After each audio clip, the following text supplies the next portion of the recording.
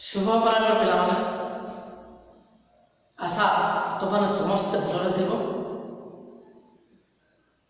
तबे आसतु आज आम नरेंद्र विवेकानंद पाठटी आरंभ करबा। पिलाମାନେ गत क्लास में तुमको पढ़ाई नरेंद्र विवेकानंद उपक्रम क्लास एटा में पढ़ी जे नरेंद्र विवेकानंद समय लगी कविंर संक्षिप्त परिचय जन्म विभिन्न प्रबंधर उपकारिता नरेंद्र स्वामी विवेकानंद गुरु किए थे ओजस्विनी वक्तव्य भाषण पृथ्वी सारा लोके चिन्हित मन रखी तेज आस आज आम पाठ्य पिला मैं तुमको अनुरोध करी जे सब बेले वीडियो देखला बेले मन ध्यान दे देखियो एवं बुझाक चेष्टा कर तेज आस पाठ भितर बुझा। श्री रामकृष्ण पृथ्वी विदाय नेला बेलू नरेन 22 वर्षर संसार अनिर्धुज्य जीवन अनभिज्ञ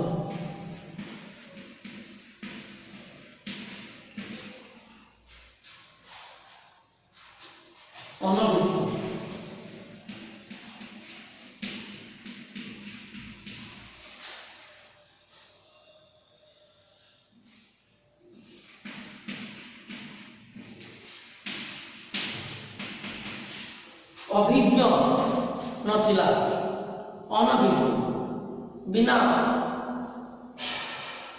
अभिज्ञ तेरे रामकृष्ण पृथ्वी जिते विदाय नथिले समस्त कथा पिला आम संसार आसीचे जन्म होइचे मृत्यु अच्छी तेणु समस्त दिने संसार विदाय नथि रामकृष्ण पृथ्वी विदाय नेला बेलू मात्र 22 वर्ष होइतिला नरेंद्र एवं अनभिज्ञ किसी अभिज्ञ नथिबा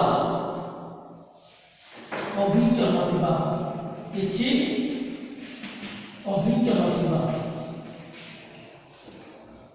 पृथ्वी को जानिबार बस नथिबा एक्सपीरियंस जो कुआ जाए ताहा नथिला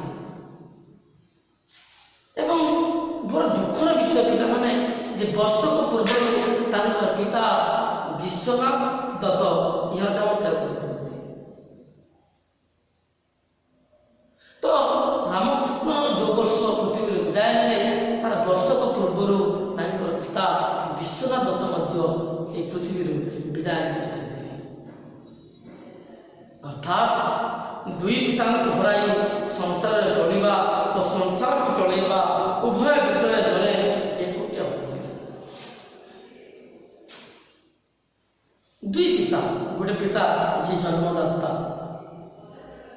आ गोटे जी शिक्षादाता गुरु तो दुई पिता को हराई नरेन संसार को किपरि चलाइबे संसार किपरि चलिबे ताहा बुझी पारुनथिले भाबी पारुनथिले नरेन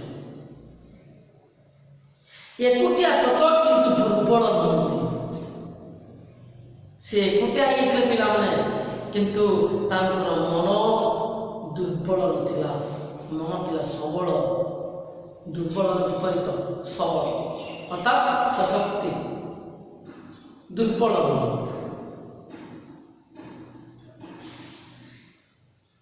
जगत सब महान कर्म एकुटिया मृतक द्वारा संपन्न होछि ध्यान देवा पिला जगत जहाँ किसी भी होइछि सब जड़े ही मनित कर एमती नहीं कि साथी मिसिक बहुत गुड़ा लोक मिसिक सेमती बहुत महत् कम गुड़ाक जन व्यक्ति ही कर दृढ़ मना वीर पुरुष नरेंद्र श्री रामकृष्ण जीवन कर्म और लक्ष्य भल भाव देखाई पृथ्वी विदाय नेवा पूर्व पृथ्वी विदाय नेवा पूर्व रामकृष्ण परमहंस नरेंद्र पृथ्वी किपरि रहा हुए से विषय भल भाव କହିବା ବାହୁଲ୍ୟ ନରେନଙ୍କୁ ସେ ସେଇ ଭାବରେ ଗଣିଥିଲେ।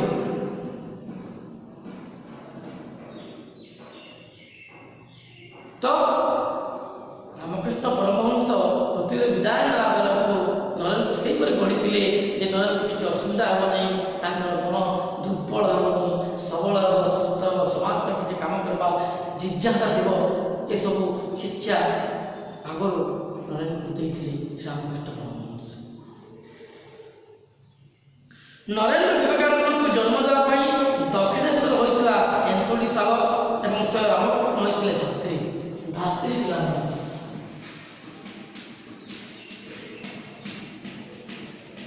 ଯିଏ ଧାରଣ କରେ, ଯିଏ ଧାରଣ କରେ ଧାତ୍ରୀ। ତେଣୁ ନରେନ୍ଦ୍ର ବିବେକାନନ୍ଦ କରିବା ପାଇଁ ଦକ୍ଷିଣେଶ୍ୱରର ଯେଉଁ କାଳୀ ମନ୍ଦିର ଥିଲା ସେ ଥିଲା ନରେନ୍ଦ୍ରଙ୍କର ଏନ୍ତୁଡ଼ିଶାଳ। ଏନ୍ତୁଡ଼ିଶାଳ ଅର୍ଥ ଜନ୍ମଶାଳ, ଯେଉଁ ଜନ୍ମ ହୁଅନ୍ତି ଏନ୍ତୁଡ଼ିଶାଳ ଛୋଟ ବେଳର ଆମେ ଯଦି ଜନ୍ମ ଏନ୍ତୁଡ଼ି ଘର। ଏବଂ ରାମକୃଷ୍ଣ ହେଇଥିଲେ ତା ଧାତ୍ରୀ, ଧାରଣ କରୁଥିଲେ, ଧରିଥିଲେ, ଶିକ୍ଷା ଦେଇଥିଲେ। ଜନ୍ମ ନେବା ପରେ ଜଗତ ବିବେକାନନ୍ଦଙ୍କୁ ଚିହ୍ନିଛି, କିନ୍ତୁ ଗୋଟାଏ ବିବେକାନନ୍ଦର ଜନ୍ମ ପ୍ରକ୍ରିୟା ଉପରେ ଜଟିଳ ସୂକ୍ଷ୍ମ ରହସ୍ୟମୟ, ତାକୁ ବୁଝିବାର ଆଶା ଥିବା ଦୁଷ୍ଟତା ମଧ୍ୟ।